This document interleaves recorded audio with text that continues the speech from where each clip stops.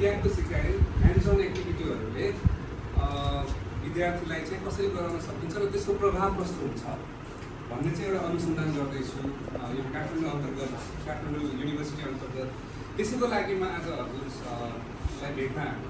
ठिक छ? सो तपाईँहरू क्लास 9 मा हुनुहुन्छ सबैजना होइन? 9 मा एउटा फिजिक्सको एउटा च्याप्टर छ नि फोर्स एन्ड मोसनमा पढ्नु भएको छ। त्यसैको एउटा सानो अंशको हामी चाहिँ सम्झिनुपर्छ है त। सो फोर्स र मोसनमा के पढ्नु भएको हजुरले? के मेजर टपिक्सहरू न्युटनको नियमहरू पढ्नु भयो है? कतिवटा नियम छ न्युटनको? 3वटा। हामी चाहिँ आज एउटामा मात्रै प्रवेश गर्छौँ आज। अनि त्यसपछि अर्को इनर्सिया भन्ने पढ्नु भयो हो। त्यो इनर्सिया भन्ने जुन टपिक छ नि that will be our main theme. आजको हाम्रो मेन थिम चाहिँ इनर्सिया मसँग 2टा छ है, यसलाई पनि हामीले प्रयोग गर्छौँ। अनि त्यसपछि एकदमै सामान्य मेटेरियल छ है मसँग। यो वेट रहेको छ, तल कप छ अनि यो कार्ड छ एउटा होइन। यो कार्डलाई मैले अचानक सडनली फोर्स एप्लाई गरेँ भने यसमा चाहिँ मैले बलको प्रयोग गरेँ भने के हुन्छ? हेर्नुहोस् त, के भयो? कार्ड गयो तर हेर्नुहोस् है त्यो वेट चाहिँ यही छ, वेट यही छ। तपाईँहरू कसै एक्जाममा ट्राई गर्नुहोस्।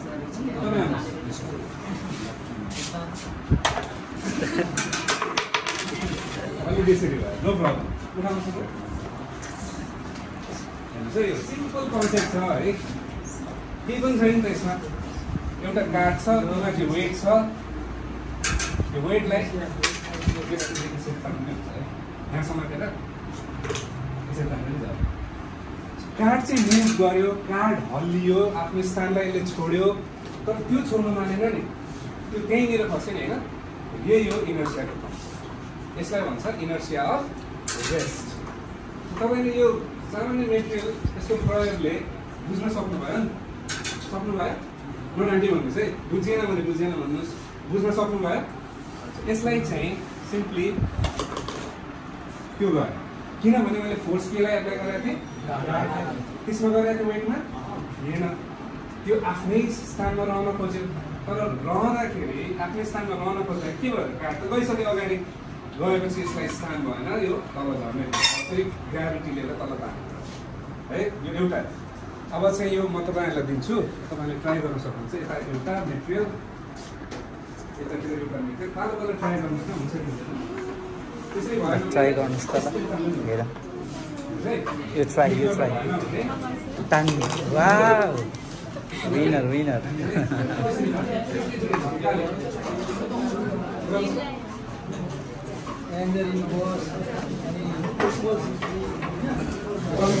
You try.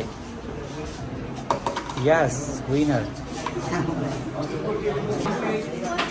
Do.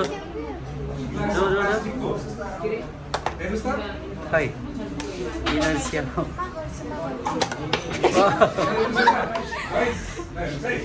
Do simply. Okay, see here. मसँग फेरि प्लास्टिकको 2टा कप छ है। के छ भने यो कप खाली छ, यसमा केही पनि छैन। यसमा चाहिँ मैले बालुवा भरेर ल्याएको छु है, ठिक छ? अब तपाईँले एउटा प्रेडिक्सन गर्नुपर्ने हुन्छ। प्रेडिक्सन भनेको थाहा छ?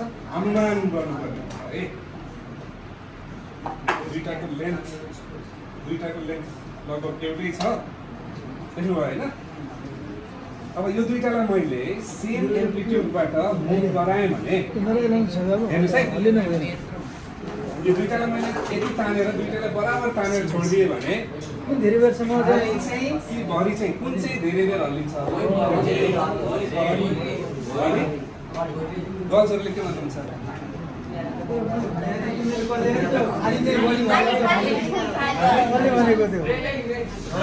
दुईटै कुरा आयो है। अब हेर्नुहोस् त, केही साथीहरूले खाली धेरै बेर हल्लिन्छ भन्नुभयो, केही साथीहरूले भरि धेरै बेर हल्लिन्छ। अब यसलाई थाहा पाउने एउटै तरिका छ, यो प्रयोग गरेर साइन्समा प्रयोग गर्नु पऱ्यो होइन। सो यसलाई थाहा पाउने एउटै तरिका हो, हामी अब प्रयोग गर्छौँ। यो हावाले गर्दा पनि हल्लिरहेछ अहिले, यो बन्द गर्ने एकछिन है, गर्मी खप्छ है। ल अब यसलाई मैले सेम एम्प्लिट्युड, धेरै पनि नगरौँ, अलिकति सेम एम्प्लिट्युडबाट चाहिँ यसलाई हल्लाउँ। तर त्यसको लागि दुईटैको टाइम पनि मेजर गर, कुन चाहिँ कति बेर हल्लिँदो रहेछ मेजर गर, हुन्छ। सो यसले डेटा पनि आउने भयो, एक्सपेरिमेन्ट गर्दा डेटा पनि आउने भयो। तपाईँलाई चलाउन आउँछ? एकदम सजिलो छ है। यहाँनिर स्टार्ट र स्टप लेखा छ नि, यो स्टार्ट थिच्यो भने सुरु भयो अनि स्टप थिच्यो भने बन्द भयो। अब फेरि 0 बनाउनु पर्यो भने यताको ठिक छ।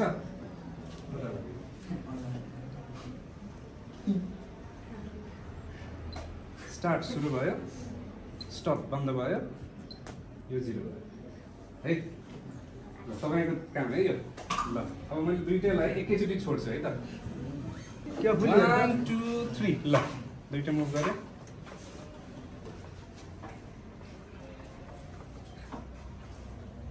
हुँदैछ मुभ।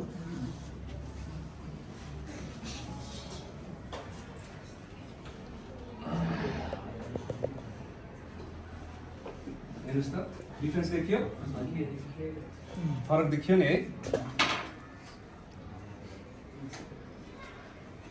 अब निलो चाहिँ त लगभग रोकिसक्यो।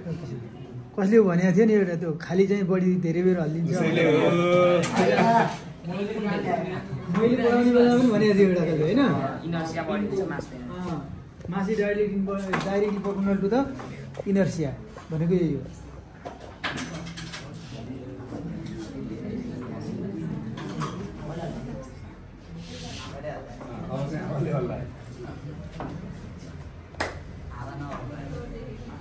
ठुलो मान्छे आएर चेक्नु पर्यो होला।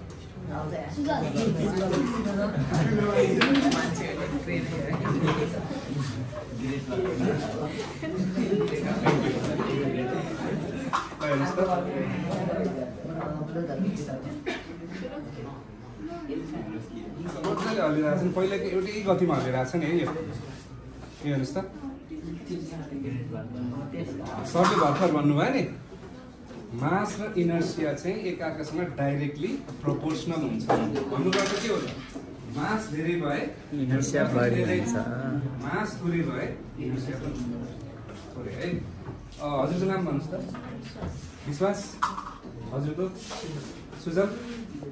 विश्वास र सुजल चाहिँ सँगै हुनुहुन्छ, उभिनुहुन्छ है, सँगै एकै ठाउँमा उभिनु भएको छ। कसलाई धक्कल्न सजिलो होला तपाईँलाई? धक्कलेर लडाइदिनु पर्यो भने कसलाई सजिलो होला? गर्नु त हुँदैन।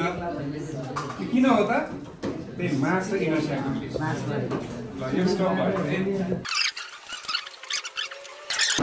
ओके, हामीसँग दुईजना बाबुहरू हुनुहुन्छ क्लास 9 को, ग्रेड 9 को। आज एउटा सानो छलफल गरेको थियौँ हामीले इनर्सियाको बारेमा, केही एक्टिभिटी गरेर। सबै पालो पालो त्यो एक्टिभिटीले बुझ्न सकियो, बुझ्नलाई मद्दत पुग्यो कि पुगेन भन्नुहोस्। सर हाम्रो स्कुलमा आउनुभयो, त्यसको लागि धन्यवाद। आज हामीले न्युटन फर्स्ट ल इनर्सियाको बारेमा हामीले पढेका थियौँ।